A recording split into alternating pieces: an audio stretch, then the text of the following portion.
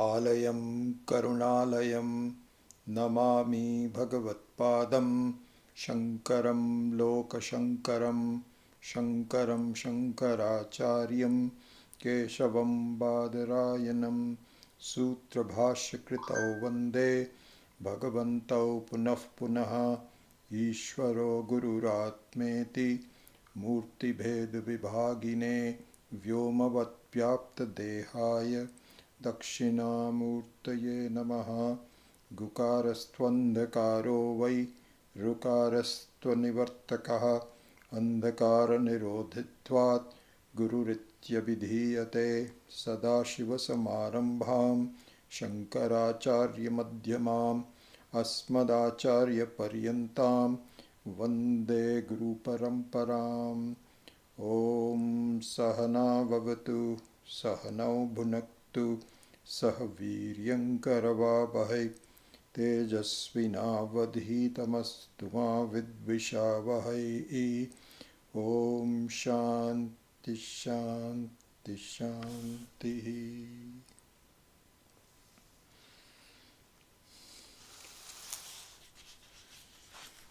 So we will start verse number 4 of the Gyanankusham today.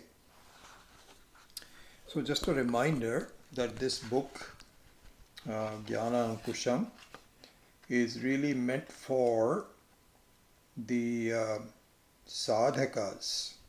Sadhaka means the ones who are interested, who have the shraddha towards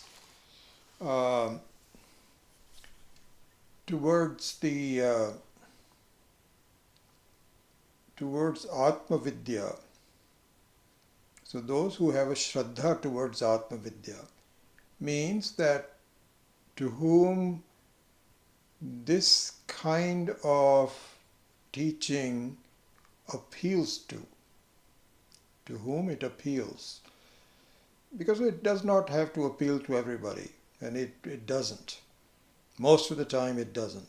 They feel life is what it is, and this is one of those things. Yeah, I'll be interested in learning, but not really, not devoted to it. But for some, this becomes a very interesting, more than interesting, very important quest. And so they have a certain value for it, and they want to understand it more and more, apply that in their lives. So this is what a sadhaka means. And so those are the ones who will undertake the sadhana. So this particular book, Gyanankusham, is meant for those. So this is what is called Atma Parayanaha, the one whose quest is really for Paramatma, Atma, and not to Anatma, not the Prakriti, not the Bhoga, but the continue called Jnana Yoga. So this is the target for this book. So anything we say here will really not apply to Anatma Jnani, because everybody starts out by being Anatma Jnani, but only to Atma Jnani. And so that distinction should be kept in mind as we go through some very tough words to improve our ability to negotiate the challenges of life as we try to understand the reality of Vedanta. So that should be kept in mind, that it is being meant for a very, very small group of people who are really committed to understanding this Atma Vidya. So with that, let us look at another topic today. We already did one last couple of weeks. So in number 4, it says, so as usual, I will read the Hindi the Hindi summary of the verse and its meaning, and then translate that into English. So in Hindi it says, it says, Janma Jnana Agraha व कर्म, इन सब दृष्टियों से यह व्यक्ति जिस प्रारब्ध वश विलक्षण है, और यदि अपने जन्मादि के अनुरूप आचरण करे तो इसमें आश्चर्य क्या है? Okay, so it says that if a person behaves in a particular way, so this is all about, this verse, as in all the verses, is all about how to insulate myself from others' behavior towards me. How to insulate, meaning that it's kind of like wearing shoes. You know, I think the most important benefit of wearing shoes is that it insulates you from a variety of different surfaces that your foot may encounter. Some very smooth. If you're walking on the beach, you'd rather not have a shoe. It's very beautiful. So you have a very uniform sand and water, and it is better to walk bare feet on the sand. But if you have an unpredictable set of surfaces that you're going to be walking on, especially running, then you need something insulated, because there can be all kinds of sharp objects that can bother you. So similarly here also, these verses are meant to insulate ourselves from harm caused by our own reaction towards the behavior of other people towards us. So that happens, the world is, if you just analyze and examine your day's events, what all the things that happen to you, you will find that there are situations that bother you, people that bother you, and they cause certain pain and suffering to you. Some don't, some do. And so it is unpredictable, and if they do cause some grief to you, then there is a certain reaction on your part that keeps you from meditating on the beauty of your own Atma. Because as it is difficult to do. We are struggling to understand exactly what it is. And it's made worse by our own reactions to others' behaviors towards us. And so these are hints for us to see how do we insulate ourselves from unnecessary reactions in our own mind that are caused by my interaction with unpleasant people. This is the crux of this particular verse, as it is for all the other verses as well, but very beautifully brought out in different ways. So let's look at this for verse number 4. So it says, जन्म ज्ञान आग्रह व कर्म, इन सब दृष्टियों से यह व्यक्ति निज प्रारब्धवश विलक्षण है, और यदि अपने जन्मादि के अनुरूप आचरण करे तो इसमें आश्चर्य क्या है?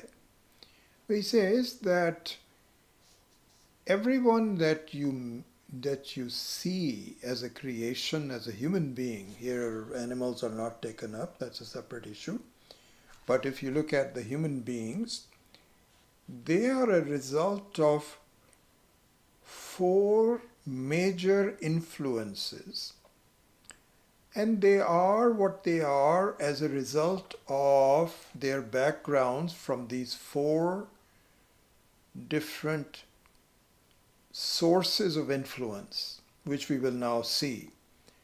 So it is not surprising that they behave the way they do.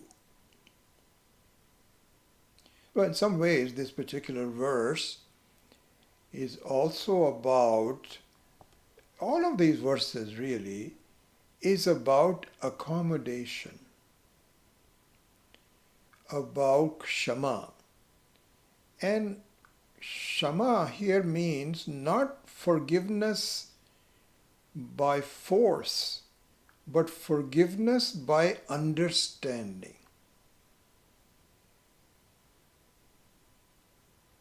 Forgiveness by understanding is much more effective, much more powerful than the by force. No, okay, I'll forgive that person. Inside you're saying, I don't want to forgive that person, but I guess I should. Not that. It is to really go behind the scenes and understand why the person is behaving this way, and it really reduces the sting of certain issues that happen between us. That's the idea. Here I think I remember this example from someplace else. I think Swami Dayananji's teaching, and that is that supposing you have two situations. So one is you have a son who is 4 years old and one who is 16 years old.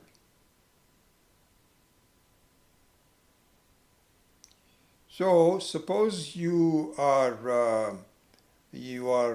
talking to both situations. So there are two sons, one let's say 16 and one 4.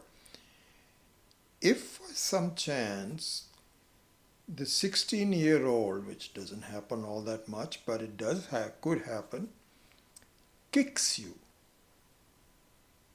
Imagine your reaction to that person. You will be so mad. My own son kicking me? How is that? How is that possible? How could that be? Imagine. Forget about the hurt that it may have caused you by the person's kick, but the mental reaction, which will stay for a much longer time, is pretty powerful. You'd be really upset and angry, wouldn't you? But suppose a 4-year-old kicks you.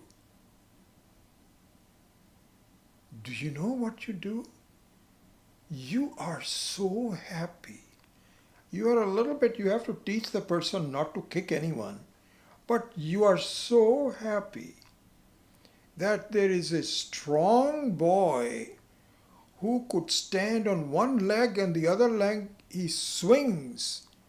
And my goodness, this is just amazing. So you sort of say, Beta, don't kick your dad. All that you can do. Internally you feel very happy. Why? What's the difference between the 16 and the 4-year-old? Because you understand from the 4-year-old, he does not understand that kicking is not a good idea. And instead you overlook that and you admire the strength of the leg in a small boy who can really hurt you so much. You are actually rubbing your foot and you're feeling happy about it. So this is what is called accommodation, Kshama.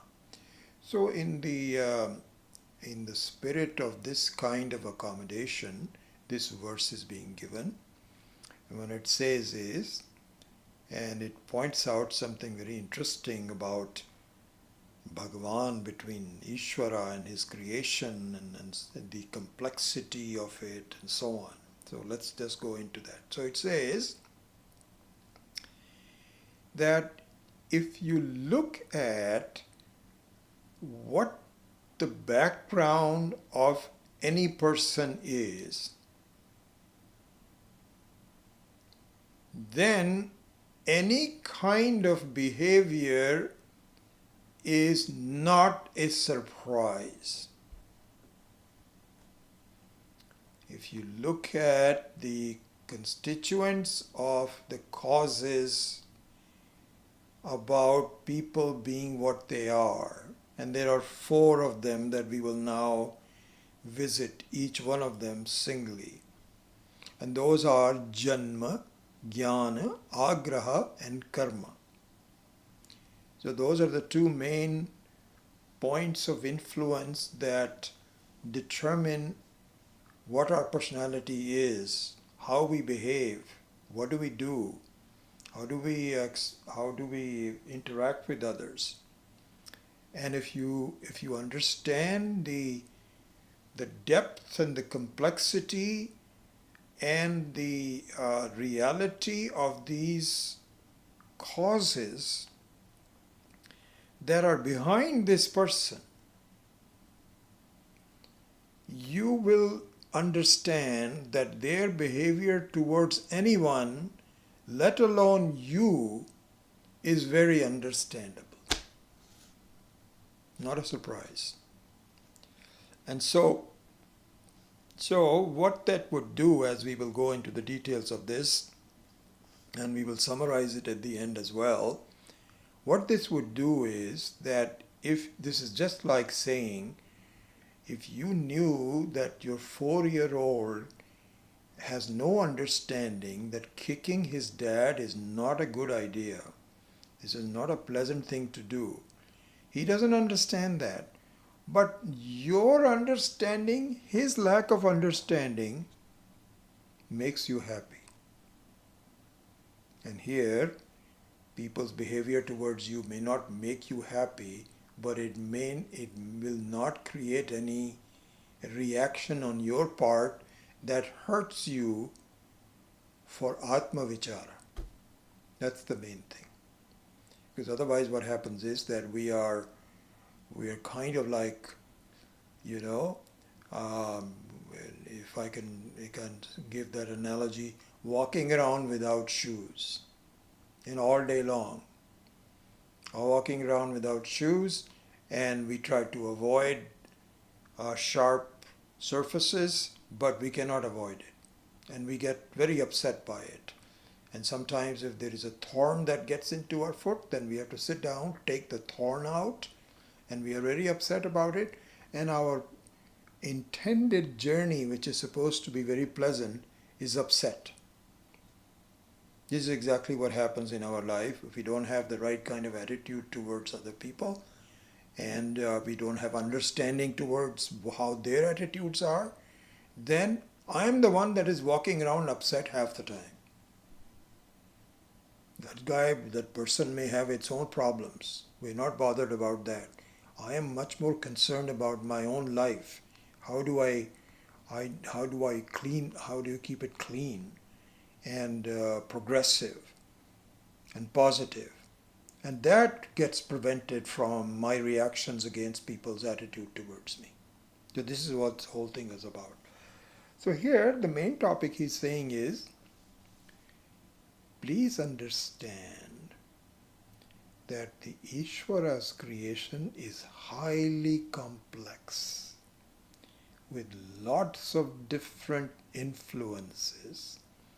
Each person is a living example of all these influences that make that person what he or she is.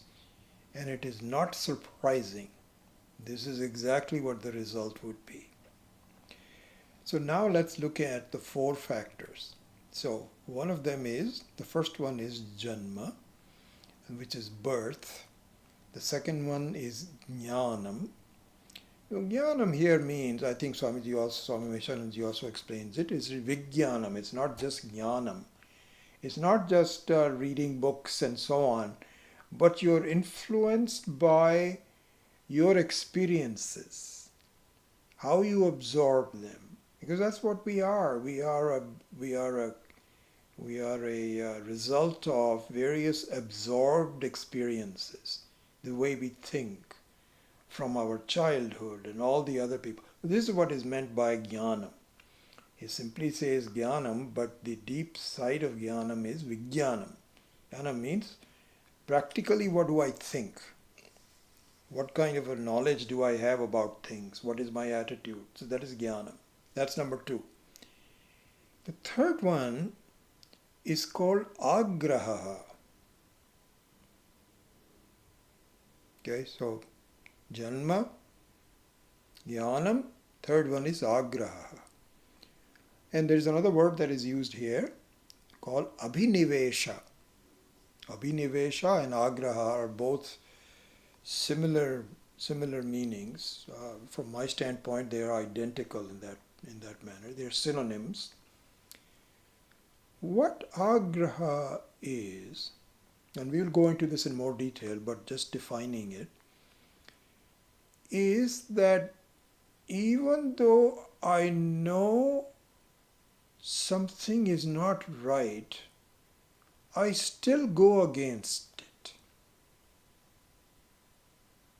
So the English translation for agraha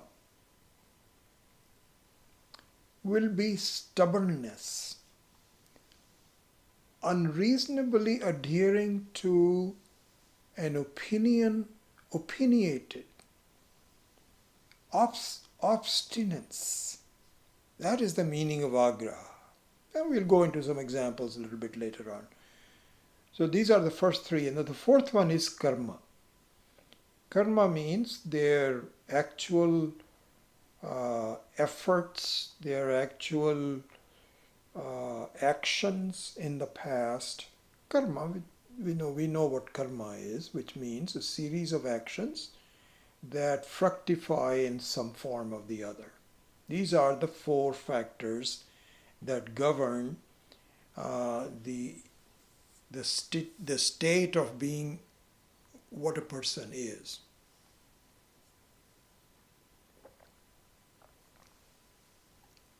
Okay, let's go into each one of them. Janma.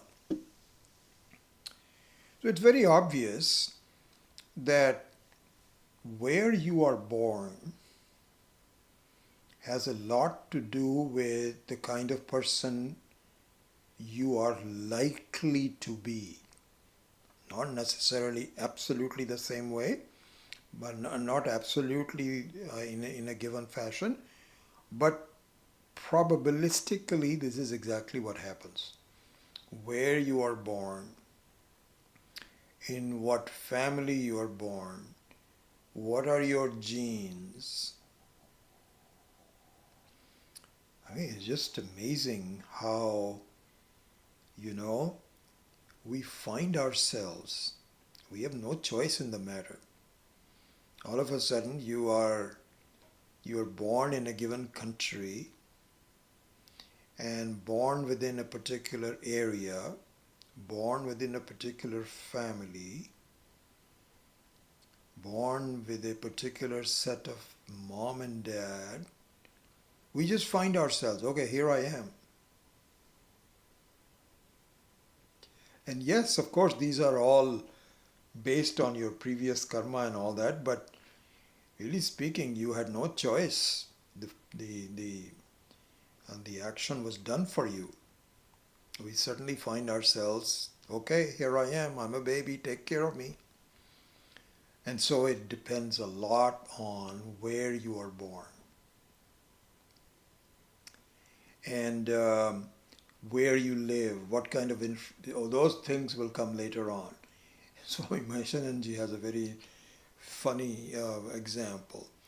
He says that, and I think those of you that are from north part of India would probably know this. It is a well-known fact that from the town of Lucknow, in UP, Uttar Pradesh, the town of Lucknow, which by the way has a lot of Muslim influence and good Muslim influence, because people from Lucknow are relatively gentle and also poetic. They do shairi and so on and so forth. So this is the example. And I remember Swami Dayanand also mentioning the same thing. He was saying, or maybe it's not Swami Dayanand, I think it was a non-religious thing. They were contrasting people from Lucknow in particular, contrasted with people from Punjab, from which is where I come from. Okay? So a Punjabi is very quick to fight. And that's how the Punjabis are made. Sikhs, for example, they were, you know, the background from Sikhs, that when we were fighting the Mughal Empire, then there was a pratigya made by each family that my oldest son will be a soldier and will become a soldier in the fight against Muslims. And so then this turned into a Sikhism. And so the fighting and they're all Kshatriyas basically. They're not Brahmins. And so the Kshatriyas were fighters. And so they cannot tolerate any bad behavior. So if somebody says something to them, you will immediately get a slap. I mean, I don't see that very often, although I think, yes, when I was growing up, I could see a lot of fights and so on. I mean, I didn't get into any, but I could see around me. They were very anxious to fight. They're intolerant of don't bother me. And they would just come to blows with each other and so on. Contrasted to that are the people from Lucknow. So the story goes that if somebody goes up to a person and even as just saying you, so you pokes you. So in Punjab, as soon as you touch me, I'm going to give you a slap. Don't touch me. But in Lucknow, if somebody pokes a finger at you, you'll say, please don't do that. Okay, that hurts. And if you keep doing it, then I'll have to give you some bad words. And I don't want to do that. Okay? So it's a gentle fight. So Swamiji says it all depends on where you were born. If you're born in Lucknow, this is the way people behave. And you become a very gentle person, relatively speaking. And if you're born in Punjab, then rights of, this whole, the farmers thing in India, all became a thing. None of the other parts of the country were really that upset by it. But Punjabis said, no way. We don't want Modi ji to change anything. They're fighters. So all it means is, all it means is that Janma has a lot to do with it. And it's pretty obvious. We all know that. So this is one fact. The second one is Jnanam. Jnanam means that not only where you are born, but what form of education you have, whether a particular family will educate you, and this is what happens in many cases. You find that the families really need physical power. They do not educate their children. This is exactly what Aim for Seva is trying to avoid. And so this is all manual labor by 6 or 7 year old children, and they don't go to school. There's no education, and their lives are wasted. So education is very important. Okay. In addition to that, not only is the classroom, but the whole family, their values, the society that they live in, the politics, listening to radio, watching television, all this social interaction through emails and so on has a lot to do with how a person flowers up to a educated being or remains uneducated and unable to deal with the exigencies of the life. It was so interesting. This is about 7-8 years ago. So one of my sister in New Delhi had a driver and chauffeur for her car, Ram Singh. And very good guy, very loyal and very punctual if you tell him to be. He used to actually live either very close to us, or in some cases I think my sister had given him a room to live also. So he was very close to us, but he was there all the time helping and so on and so forth. So one time I was coming back from Rishikesh after visiting the Rishikesh ashram, and Ram Singh, and so, this time I would go to Rishikesh in a train most of the time, and sometimes in a car, taxi also, but more and more the flights from Dehradun became, Dehradun airport was made a little bigger, and so bigger planes could land, and under inclement weather they could also be there. So now the Rishikesh people said, I think it'd be better if you just fly in from New Delhi. So for the last couple of times I did that.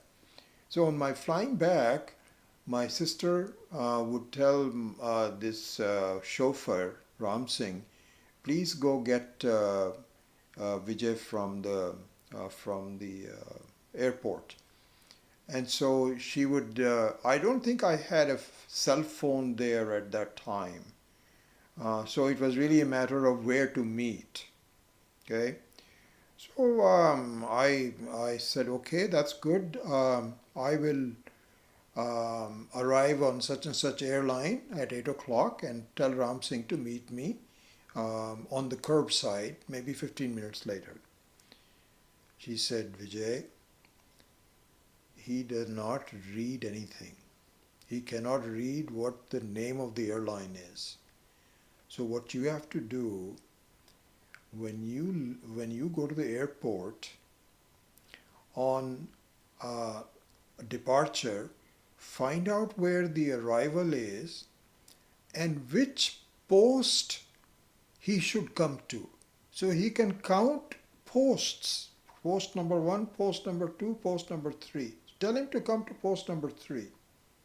The first time I found out that this person, he's 45 years old, he does not read even ABC or even Hindi. He cannot read anything. He does not read a newspaper. How can he function? So he has to give him some kind of a visual, a third post from here. But he was very good at that. He would say, my sister would say, remember you took my brother for shopping at such and such place? He says, yes, I remember that. So there was I was looking for a dentist at that time. So he says, there is a dentist on the next street over. He says, yes, I know where it is. He will take me there. Anyway, education has a lot to do with what we do. Swami Maheshananji says that in many cases, the parents who are well-to-do and have no time for the child, so the child is spent, and I can relate to that because I've seen many families do this, the child would spend most of the time with their domestic help. And only as soon as you come back from the school, you're hanging around the kitchen and so on and so forth and talking to the chef and be taken care of by his family and so on, and the parents are too busy. So their habits are actually influenced by these domestic help people. we gave an interesting example. He says, one time the parents had taken a child for walking, and the child had to spit. And so the child just opened his mouth and spit, which is done in India all the time, especially people that eat pan and so on and so forth. They are spitting all over the place. Okay, so the sense of hygiene is really minimized. So this young kid who was like 6 or 7 years old, he started spitting. So his parents said, "What are you doing? You cannot spit out on the street." He says, "Why not? Chintamani, my, the cook, he spits all the time." And so the parent says, "He spits, but you're not supposed to spit." He says, "No, Chintamani told me that all these sophisticated people, they spit into their handkerchief and they put it in their pocket." He says, "Is that hygienic? Absolutely not. If you want to spit something, just go to the side of the road and spit." This is what a 6-year-old is telling them. Anyway, the whole thing is influenced by jnanam, education, families, and so on. And just the last example here, in the Puranas, there is a story that one of our most influential, wise rishis, Narada is considered to be an extraordinary rishi, Maharshi. It is called Maharishi, Maharshi Narada. Maharshi Narada was the son of a person who was outcast, a lady who used to wash the clothing and also the utensils of some rishis. The rishis also needed to have some help, and so they were all teachers and mahatmas and so on. So this lady used to be the cleaning lady for them, and she would bring her young son with her. And the young son, Narada, would be, while his mother is busy, he would be standing next to the discussions taking place. And slowly, he became, slowly he became interested in the subject matter. And the rishis also started to teach him. And so much so that he himself became a Maharishi. This is Narada. This is the story that is given in the Puranas. Amazing. So what it really means is that how you are influenced has a lot to do with who you are. Pretty obvious, we know that. Okay. Now comes something more interesting. Third one. So we've done Janma and Jnanam. And when we summarize all this, you will see what the implication of all this is. But let's go on with this list. The next one is Abhinivesha or Agraha. So here it means, again based on the influence of Janma and Jnanam and so on, you become a certain personality where you have some very firm ideas. Very firm ideas, you're clinging to it. And we have taken this example elsewhere, easy to see from a political standpoint. So from a political standpoint, everyone wants to be a part of a party. I want to be called a Republican. And you follow the Republican ideas and principles and policies and so on. regardless of whether these policies make sense or not, you have just cast your vote, your mental vote, and you become a Republican. And oh my gosh, this funny thing happened to me. This is about 20 years ago, more than that. I can't remember. This is when Reagan was president. So one time I went to a garden show, and this is when I had much more time. I don't have any time for gardening now. I love gardening, but I don't have any time in between all my other duties and so on.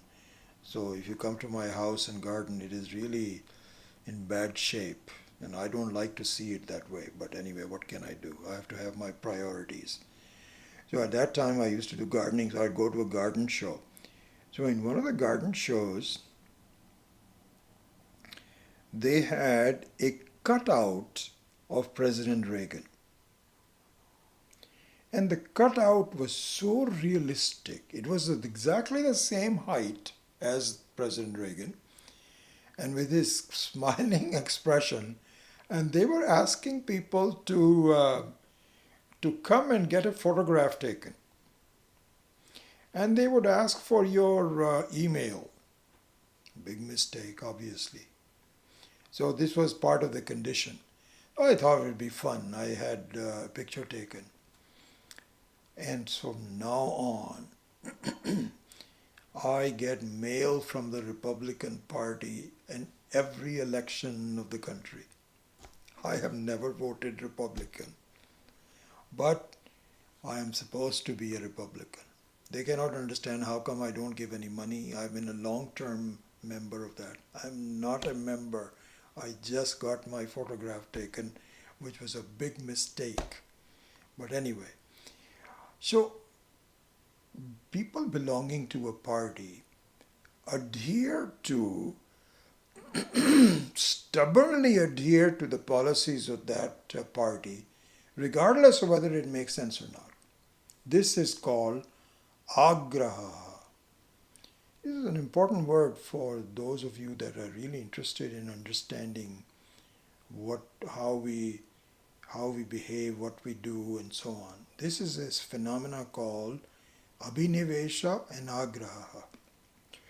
So here, the political thing is only one thing, but here's how it happens. So,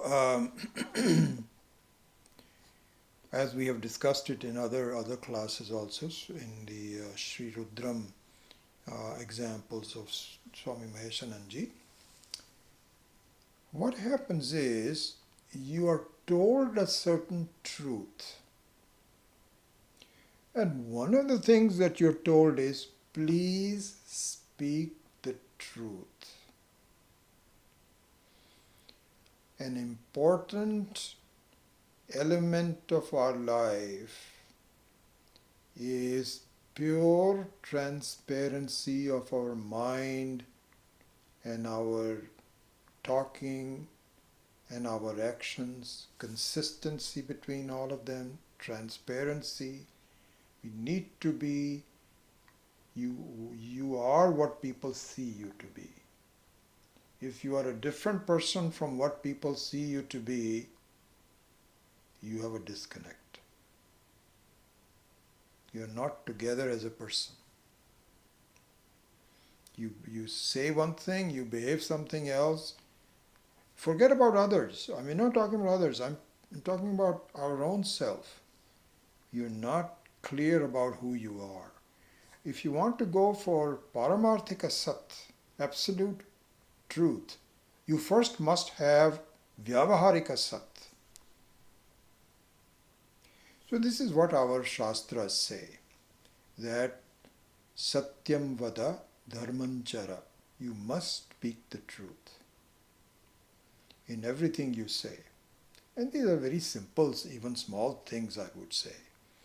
You know, when you tell someone, I will be at your home at 7 o'clock, then try to be there at 7 o'clock. If something came up, like a phone call or something like this, that's okay. But if you go to a place and promise someone that I will be there at 7 o'clock, and at 6:30 you haven't even started to put the clothes on for the visit, and let alone, get ready to go to the car, and it could take you half hour to get there. He says, oh no, that's okay. I can be 15, 20 minutes late. This is untruth. Tell the person I may not be there at 7 o'clock, which is okay. But if you tell someone that I will be there, be there. This is what truth is. Okay? So the agraha here will be a habit which says, 7 o'clock, I just told them. It's okay. I don't want to be there at that time. It's okay. I can be there at 7:30.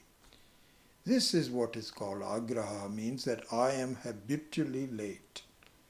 I think sometimes about this, how we cheat ourselves.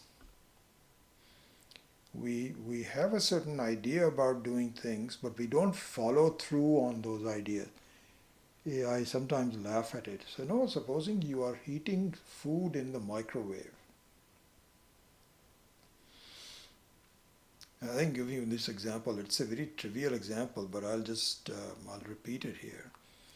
Try this. So supposing you want to heat something in the microwave.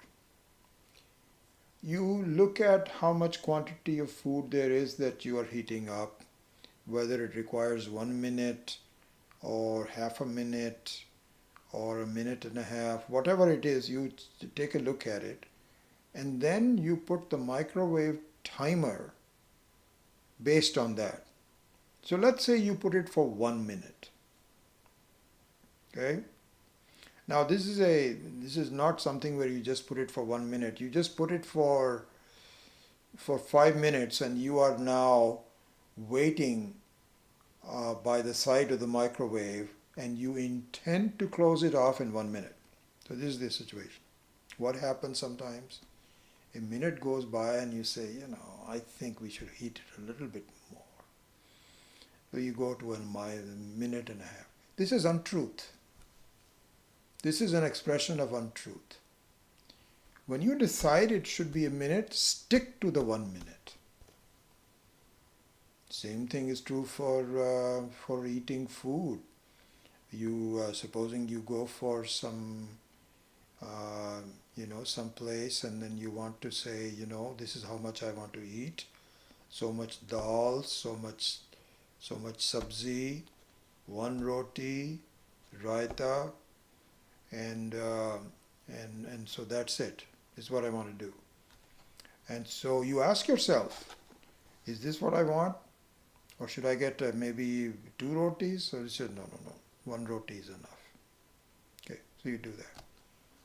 After you finish it, you'll say, I was just thinking 1 roti, but I think I'm going to have another one. Untruth. You're not being true to yourself. Stick to what it is that you want to do, and follow through with it. The disadvantage of not following through, this is what we need to really understand. So if you eat another roti, it's not going to kill you. It's okay. If you don't finish the microwave in 1 minute, you let it go for a minute and a half, it might get a little overheated, but it's okay. It's not that big a problem. The problem is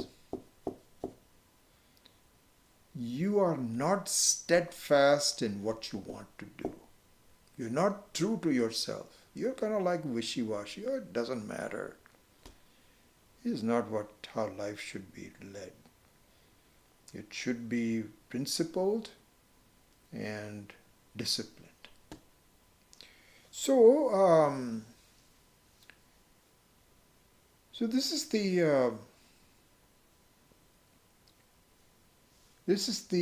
is what is called abhinivesha and agraha. So these are small things, but let's not look at a big thing. Now let's go to the bigger things about the agraha and abhinivesha. Swami Maheshananji says this very clearly. In many of the other books, and even in here, in this particular one, he says, I've seen this. People will say, Swamiji, yes, the Vedas do say, please do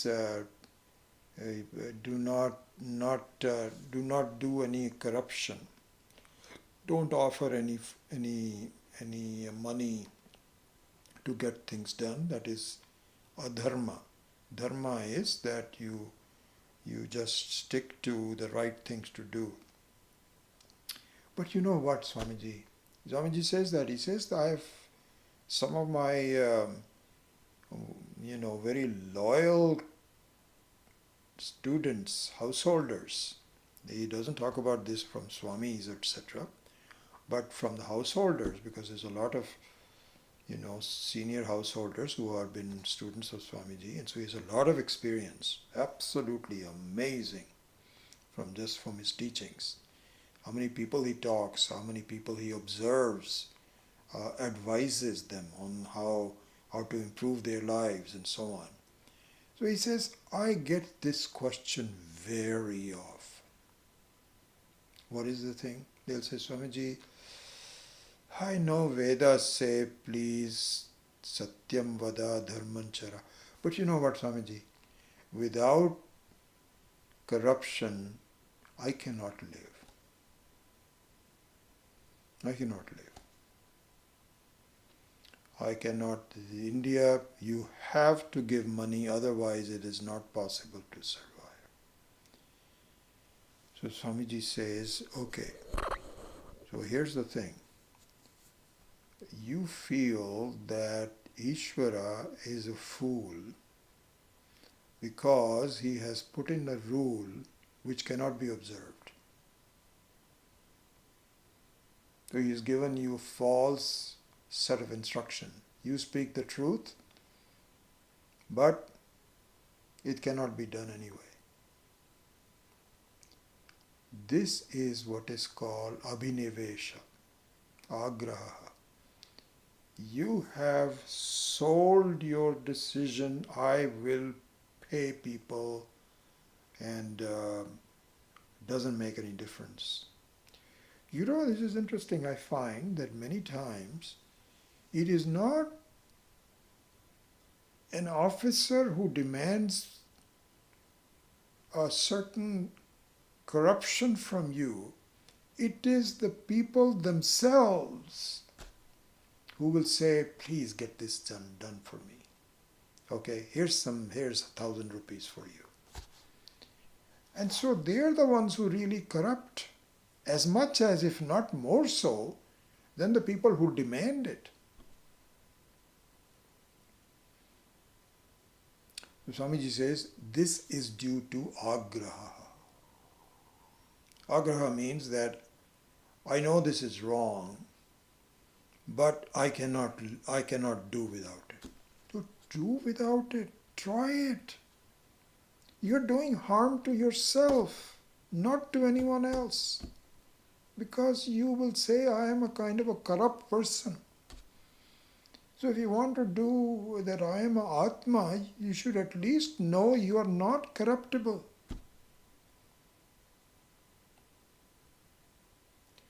Same thing on, these are the tax season. Oh yeah, no, I'm supposed to pay taxes, but a little bit of cheating here and there doesn't really hurt. Let me cheat. Agraha. You are just saying it's okay. That means you're violating the karma and karma phala of Ishvara. So this is what happens. Then you turn around and then you say, okay, now we can go to the last one, which is karma. So we can move from abhinivesha to karma.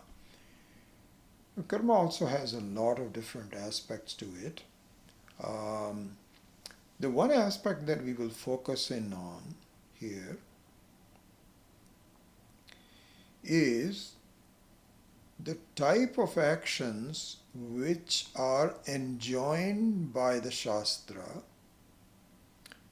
and the type of karmas that are not enjoined by the Shastra. So let's make a division between them. So, we certainly are born for acting, working, creating, protecting. This is what life is all about. Gita also says, Sri Krishna says, that no one can stay without karma at any one time. This is a very beautiful verse in the 4th chapter. Karmani akarmayah pashyet. Akarmani karmayaha. He says the ones who, I'm just going around the subject, we'll have to do that some other time. That the one who sees non-karma in karma and karma in non-karma alone knows what it is all about. So here Arjuna says, what? What are you talking about? This is all gobbledygook. That one who sees no karma in karma and sees karma in non-karma, he is the one who is very wise. He says, this is just non-understandable by me. So, from this commentary, this is, so here, this is a very beautiful commentary that has to be given to make some understanding of what it is.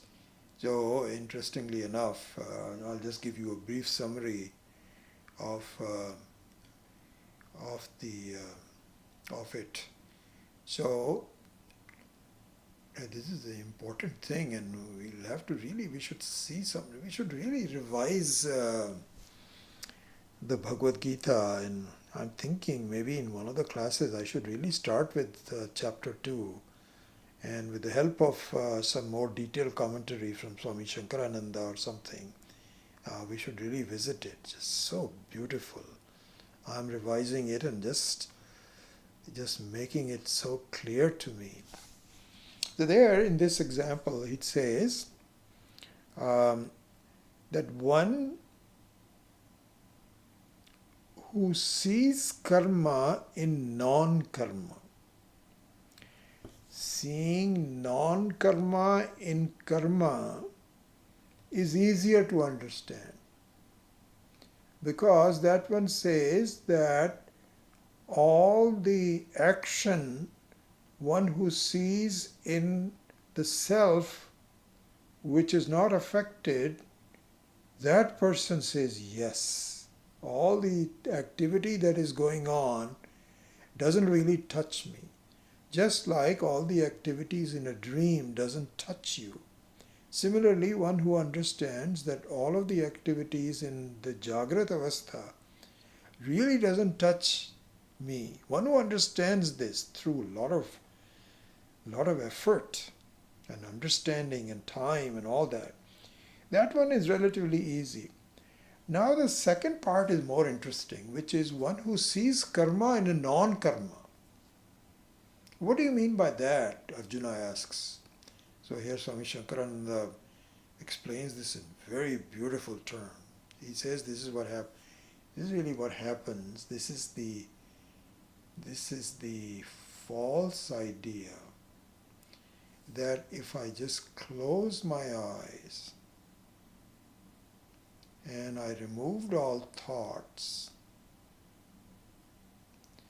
and I slowly drift into first Savikalpa Samadhi and then Nirvikalpa Samadhi, this is what I want to do. This is very pleasant. This is very pleasant. There is no karma. I don't want to do karma. I don't want to open my eyes. I don't want to end Samadhi is so beautiful. And he says the wise person understands this is stupidity. It's a false It's a false understanding of what is karma. Just because your mind is quiet at the moment, that's not your nature. You have not really understood the difference between Atma and a quiet mind. The Atma is quiet whether the mind is quiet or not. That has to be understood. Arjuna, that is the real understanding. So just by doing some temporary samadhi for half hour, this is not moksha. It is really just another form of quiet karma. Your eyes are fluttering, your heart is beating, it's all karma going on. And you do not call it akarma. In this apparent akarma, there is only karma that is going on. Don't you see this? And the ones who see this is the real wise person. Anyway, this is Sri Krishna teaching in the 4th chapter. So anyway,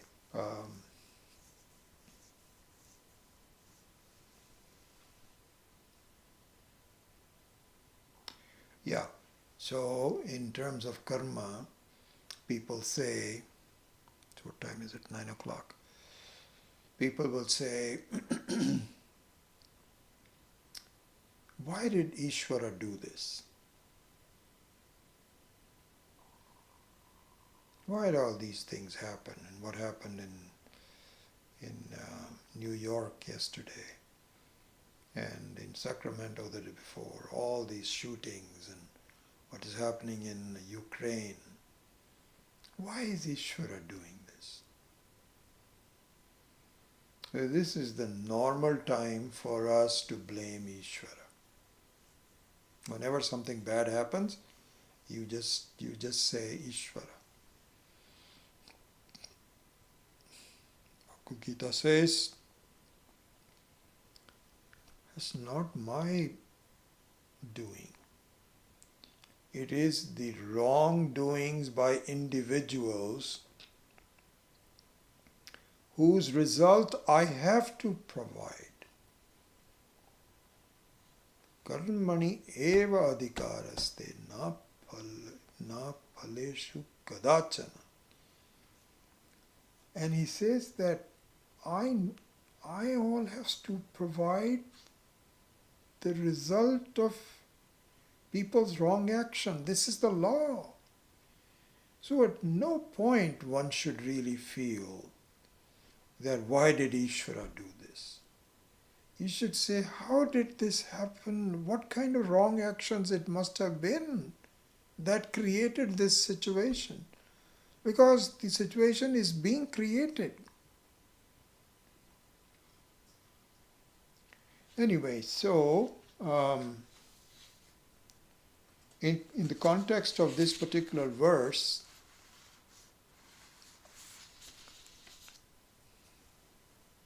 it means that that you have a wrong notion about doing some things despite knowing through your conscience what is to be done. This is the karma based on abhinivesha, and the one that gets us into trouble. So here, going back to what I briefly mentioned but didn't really explain, is that I would say at this, because of this limited time, I will just point this out. We need to find out what kind of karma is okayed by Vedas. Shastrika karma, Vaidika karma, and not very difficult. Satyam vada, dharmanchara, etc., etc. Those are the karmas that I should be doing. In this context, As you know, there is the four Purushartha, you know very well.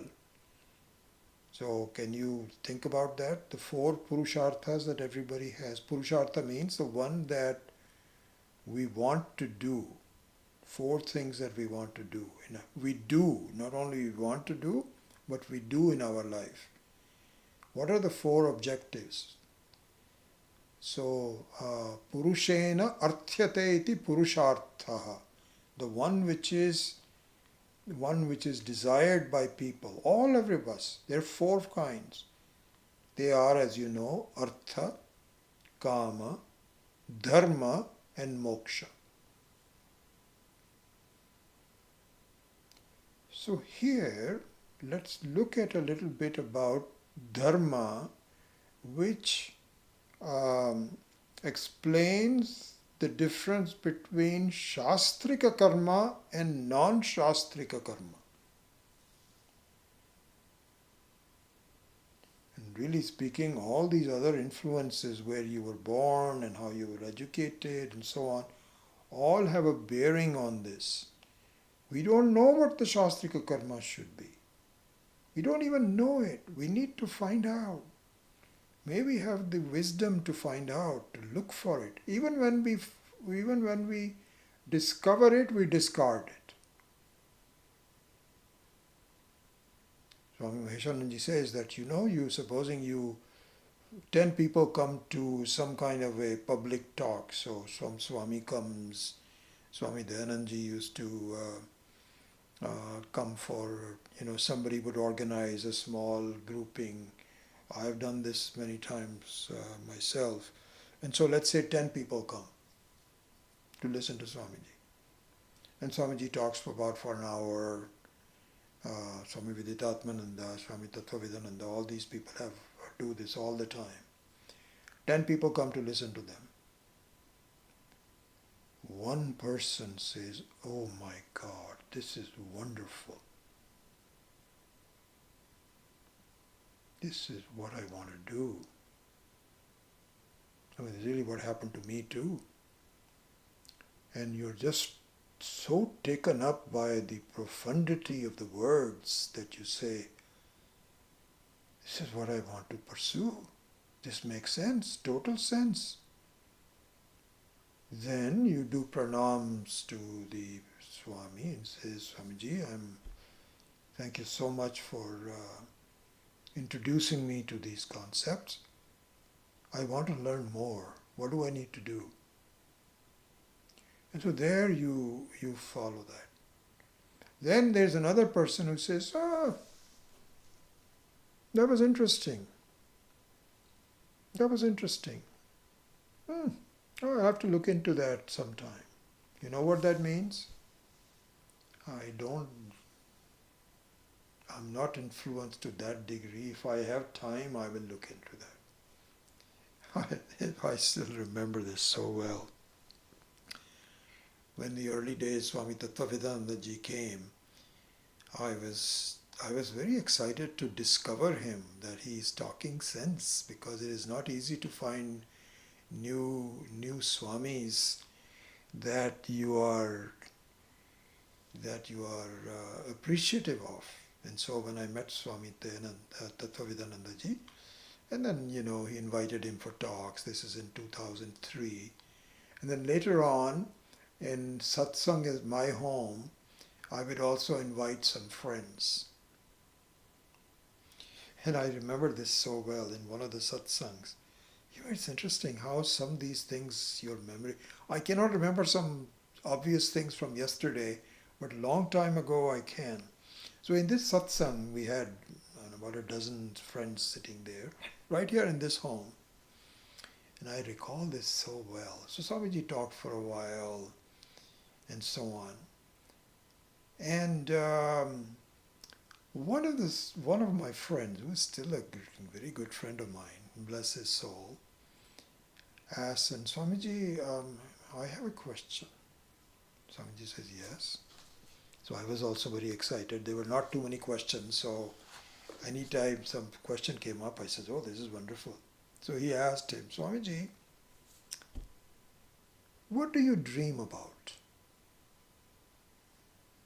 He says, what? He says, we have, we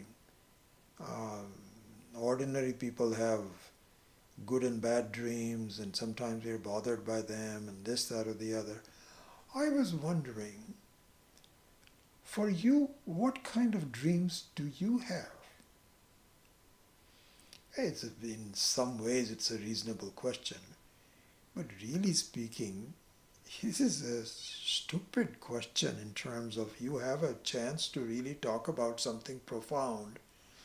And so I remember Swamiji's example also so well. So he says, it's not any different from others, but because I spend so much time teaching and holding classes and so on, my dreams are more about classes and teaching and missing times and not being able to reach somebody's home.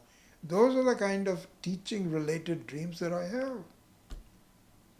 Anyway, so the whole point is that one person can say, wow. Same words, another person can say, doesn't make any difference to me. This is one of those things. So now let us draw some overall conclusions in the few minutes left over, and then we will close the class.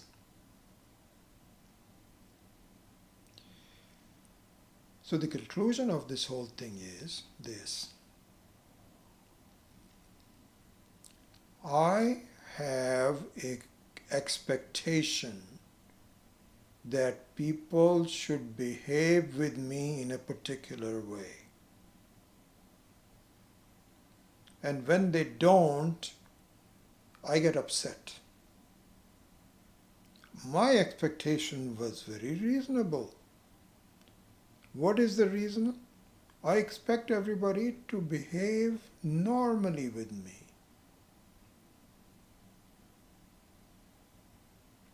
This is, Swami Dayananda used to say that. He says, supposing you are a very good driver. So this is where the presence, this is the understanding of Ishvara and his Prakriti. Supposing you are a very good driver. You're very attentive. You are aware of, you don't distract. You're not looking at your cell phone or anything like that, not texting. You drive with your attention. You know how things are and so on. He says, do you know how many cars you pass by with less than 2 feet of difference between them? Do you know how many people have their own minds, their own distractions, their own problems? Isn't it a miracle that you've been driving in such traffic and you are still surviving? What does it take for somebody to just make one small mistake? There was a case here in Gilroy about 15 years ago. There was this young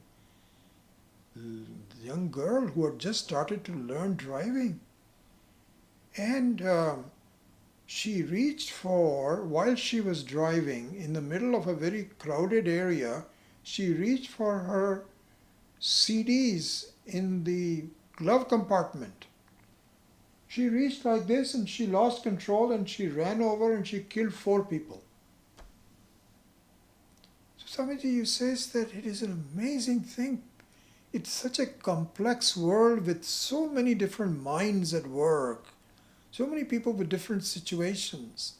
So there's the same thing talked about here by Swami Maheshananji. That how do you expect everybody to just behave?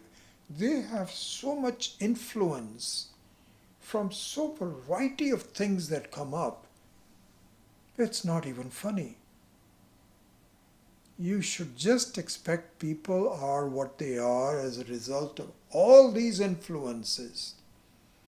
you should not be upset at any changes in their behavior, because that's what who they are.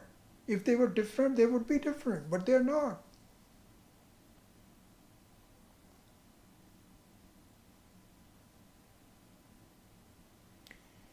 So, same thing with our children. So Swami Mahesh says it's very interesting. He says we treat our children as though they are a blank sheet of paper and you are going to write their history. Wrong. They come in with their own ideas. They have such a rich background that they're coming from. You have no idea all the families and relationships and experiences they've had. And they just happen to be your child.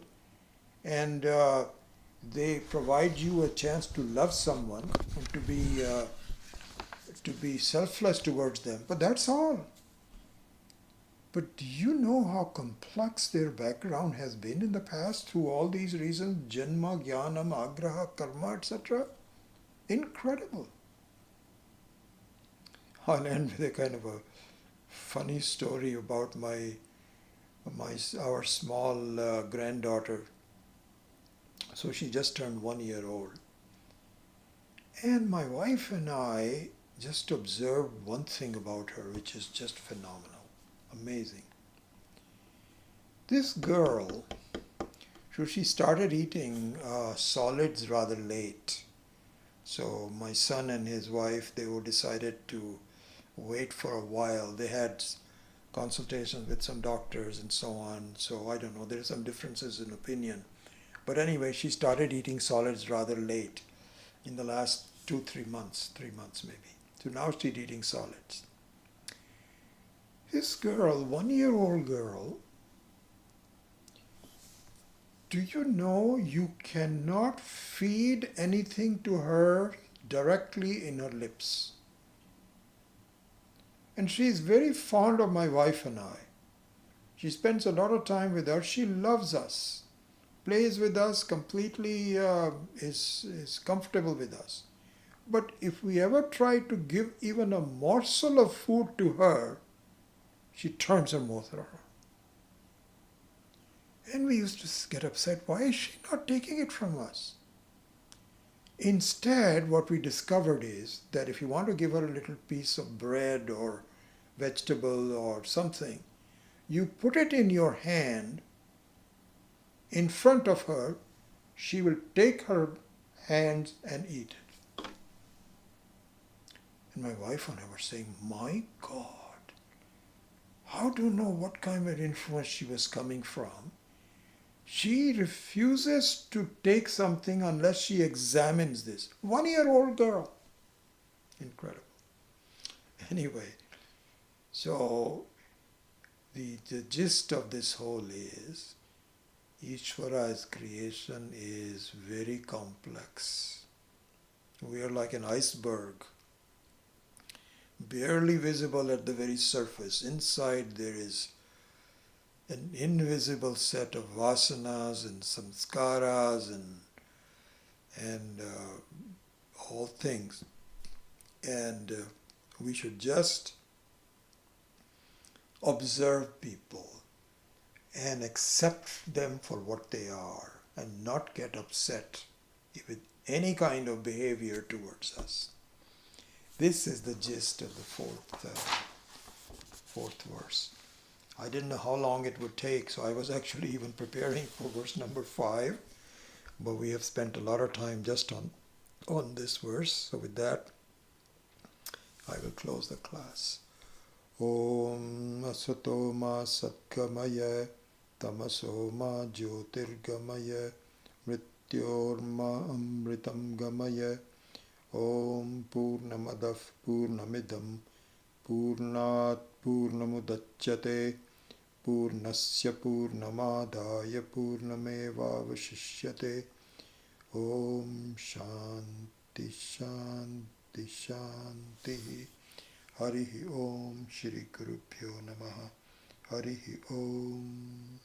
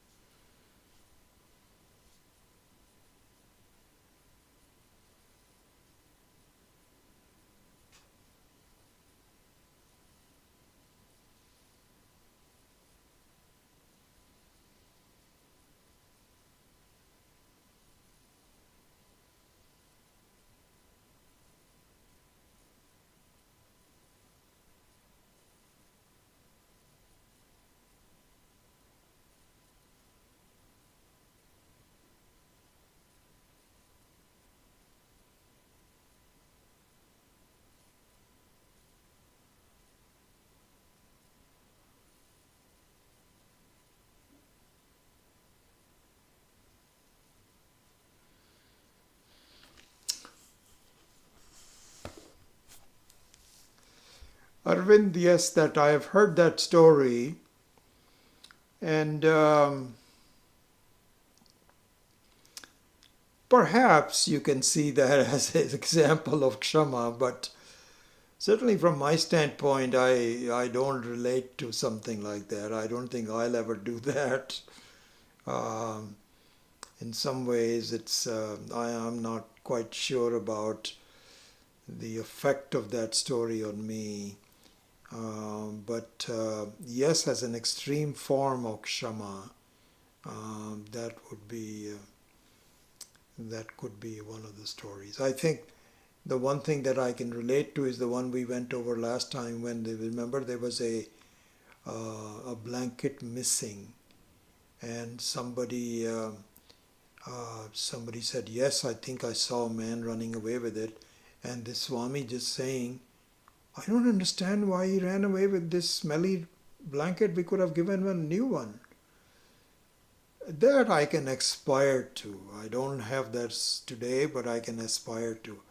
But being struck by stinging the scorpion again, I'm not sure that I can relate to that. Ganeshan, I am happy that you think so. I mean, I'm really enjoying and learning a lot over again with the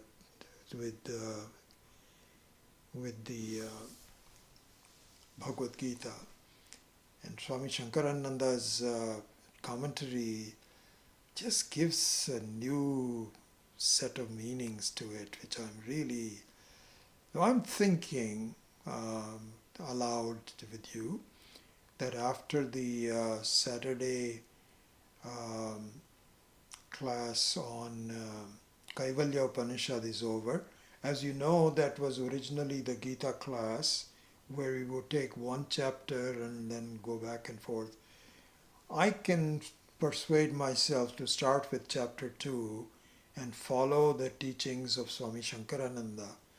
And this time I think I can explain it a little bit more clearly than I've been able to do before.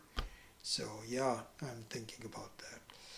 Balamani, Atma is quiet, whether the mind is quiet or not. Can Atma control mind so the mind does not force anybody to do things? To a point, but not entirely. This is exactly what in the Bhagavad Gita also the Arjuna asks. So he says that if I know what is the right thing to do, why don't I do it? What makes my mind go do wrong things? And so Krishna also explains there that really speaking, you are the influence of a lot of vasanas that have to be slowly brought into being by understanding that you are what you are seeking. You are already what you are seeking. That has to be clear to you. If that is not clear, then your seeking becomes external. So the more you understand sadhya, the more effective sadhana gets. So yes, in general, you can turn the mind to be less disruptive in looking for anatma and be more quiet in listening to atma. But this process cannot be done overnight. You should recognize that, as exactly our today's lecture also, today's verse also says, that there's an enormous background that you have to be cognizant of. And the power of all that background will go, with no question about that. The victory is already yours. But your mind takes a while to settle down. So be patient with it. Cannot force it. So something like that, I think we will go over that some other time. All right, so with that, I see no other questions, and we will continue with this tour of these verses with the Gyanankusham. A couple of people have responded saying they are enjoying it, so I'm hoping that it makes sense for you, and we'll continue with Gyanankusham. Okay, so we'll see you next week. Hari Om.